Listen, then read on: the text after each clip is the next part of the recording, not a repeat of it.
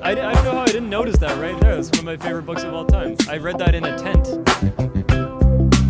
Concrete Island by J.G. Ballard, which it was the first Ballard I'd ever read. I started Crash and didn't finish it. I like everything that leans post-apocalyptic, even if it's not actually. It's just like this really cool book because you know nothing about the protagonist, right? It starts and he immediately crashes into this traffic island. His body is broken. He's like unable to get up to the interstate. There are like two people that live on this island and they leave to get food. The world is so stratified in this book, you know, in real life, where it's like once you're down there, once you're in this pit, it is on like a physiological level impossible to extricate yourself from it, which I think is like really gut-wrenching, really cool. It's written in very like plain language too. Again, like the protagonist, like you meet him and you find out so little about his life besides the fact that he's like an architect, he's rich, he has a wife and he has a mistress, so he's like, you know, disaffected, he doesn't have a lot of passion in his life. But the people he meets don't have passion in a different way, and they're okay with their situation, which is terrible. They're comfortable in the disarray. I love how contained it is, and spoiler, he does not leave the island, but he continues to ideate about it. But like the idea of leaving the island becomes more and more abstract the longer he stays there, until it's like he might as well not leave. Like a literary author that kind of leans sci-fi, that's something that I've always been drawn to.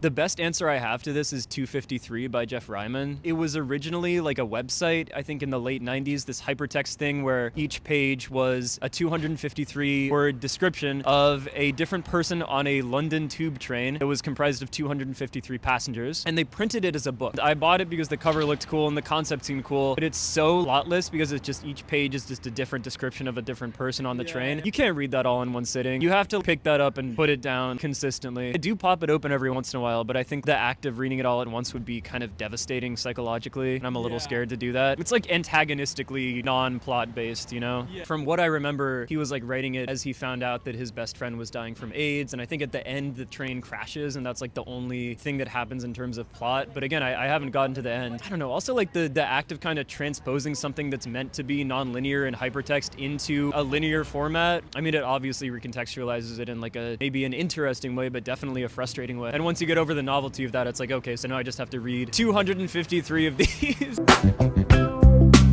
Ben Lerner. I know he gets a bad rap. People love to clown on him for various reasons. I get that he can be like kind of a pretentious lolcow, but like I've read all of his novels, I've read almost all of his poetry, and I just find it so, all of it emotionally affecting. He's so like trapped in his head. It's so verbose and intellectual that you're like, oh, he hates this. He hates that he has to be this way. At the core of it is this really, really consistently beautiful emotional tenor that I'm like really touched by. And I think Atocha Station was the first one I read, and I was just like, okay, maybe this is a little metatextual, maybe it's like a little verbose or pretentious or whatever, but like it's also the story about this guy in like a strange situation in an empty place, and he's alone. He is making up all of these details about his life just to kind of break things when he feels like he has the power to. Just found that really beautiful and really sad. His poetry too, the way that he utilizes a staggering thing with language and words, I think is so hypnotic that it becomes more about the idea of language than like the language conveyed, which I think is really cool. And he writes a lot about John Ashbery, who's maybe my favorite poet, and I think they do a lot of similar things just about like language and idiom as a device outside of meaning.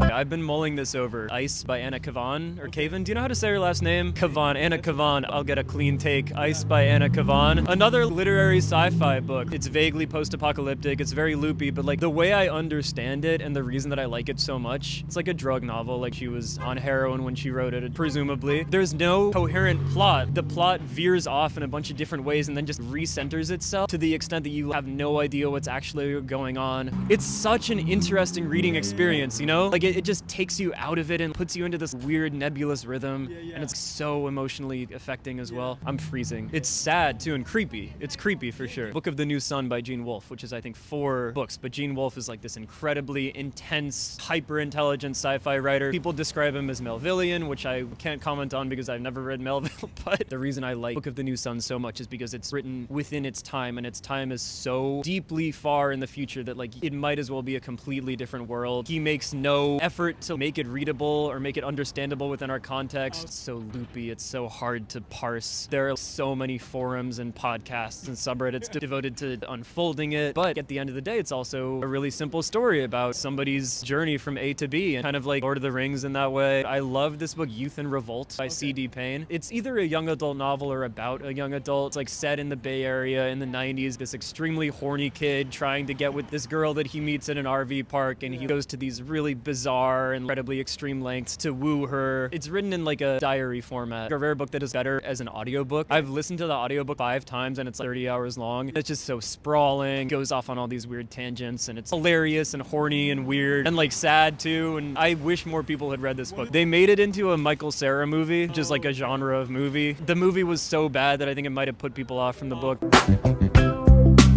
Molly by Blake Butler. Maybe it's correctly rated, but I think a lot of people are into it. This is my personal preference, but I think like the whole radical honesty for art's sake, it's just not for me. Some things are sacred. I get that it's an interesting exercise. It kind of hurt to read, and you can argue like, oh, that's the point. I don't care that that's the point. I felt like it was sad. I don't know. That's a sad exercise. And to what end, I guess? I didn't feel like the style was interesting enough to justify the content, I guess. I actually read it with my mom, and she felt the same way.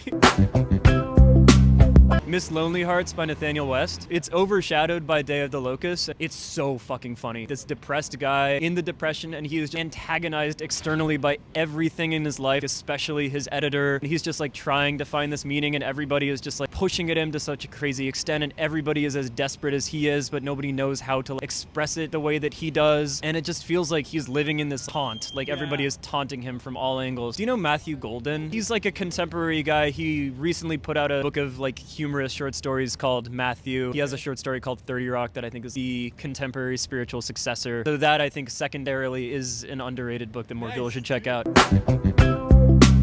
Okay, I figured it out. It's a book of poetry by Susan Wheeler called Meme. It came out in 2012. It's 3 longer sections. The first section is called The Mod Poems. I talk about this a lot in the workshop that I run. I think it's just like a really, really great example of how you can use idiom and poetry as a way to convey meaning when you're detached from what you're, actively trying to express. I find it more about the idiom that she's using than anything else. And I think a lot of people are put off by poetry because they feel like it's really trying to convey particular sentiment. And I think when you read poetry that is more about, again, like sentence structure and just how beautiful and ornate and schizophrenic the English language is, like that is what I find valuable and interesting in poetry.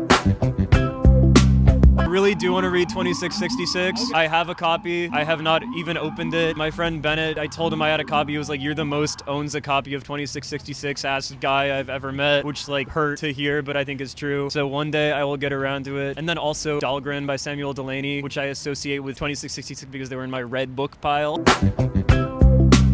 My dad gave me Kafka on the Shore when I was 12 or 13, and I think that introduced me to this really specific feeling that I'm always seeking out in books, which is this feeling when there are these cosmic events that are set in place that are so vast and so uncontrollable that you just have to like let yourself go to it. And I think a lot of the books that I brought up in this interview so far have that feeling. Super Sad True Love Story was another book I read when I was very young, where it just kind of feels like things are happening in a really specific order that is completely uncontrollable, and you're just like letting them wash over you. You're like exhausted by it, but you know that's what has to happen. It hits a really specific tone in my body to read something like that. Being here with you, I can't